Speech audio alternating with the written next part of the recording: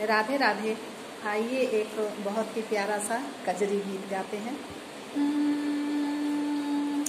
हरि हरि कवन छयलवा हम पर जदुआ डाले रे हरि।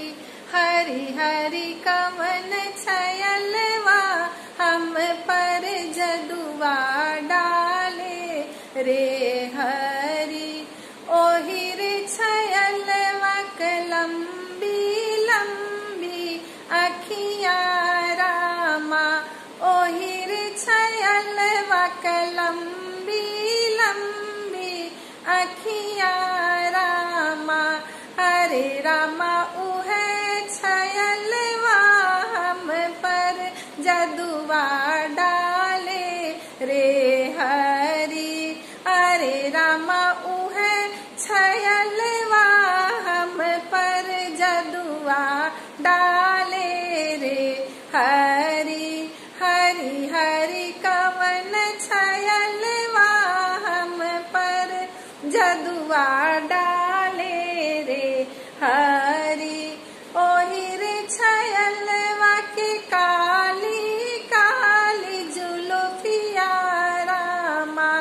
ओहिर छयलवा के काली काली जुल्फिया रामा। हरे रामा उहे छयलवा हम पर जदुआ डाले रे हरि।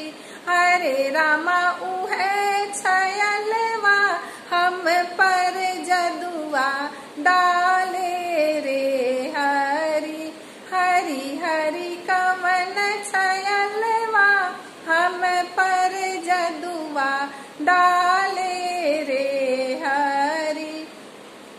ओहिर छयलवा के छोटे छोटे दतवा रामा।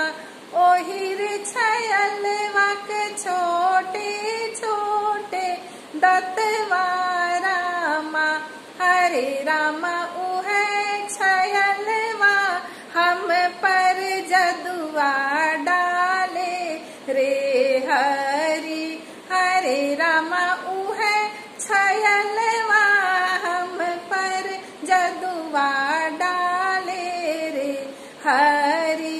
हरि हरि कवन छयलवा हम पर जदुआ डाले रे हरि। ओहिर छयलवा के काला काला सुटवा रामा। ओहिर छयलवा के काला काला सुटवा रामा। हरे रामा उहे छयलवा हम पर जदुआ डाले रे हरि।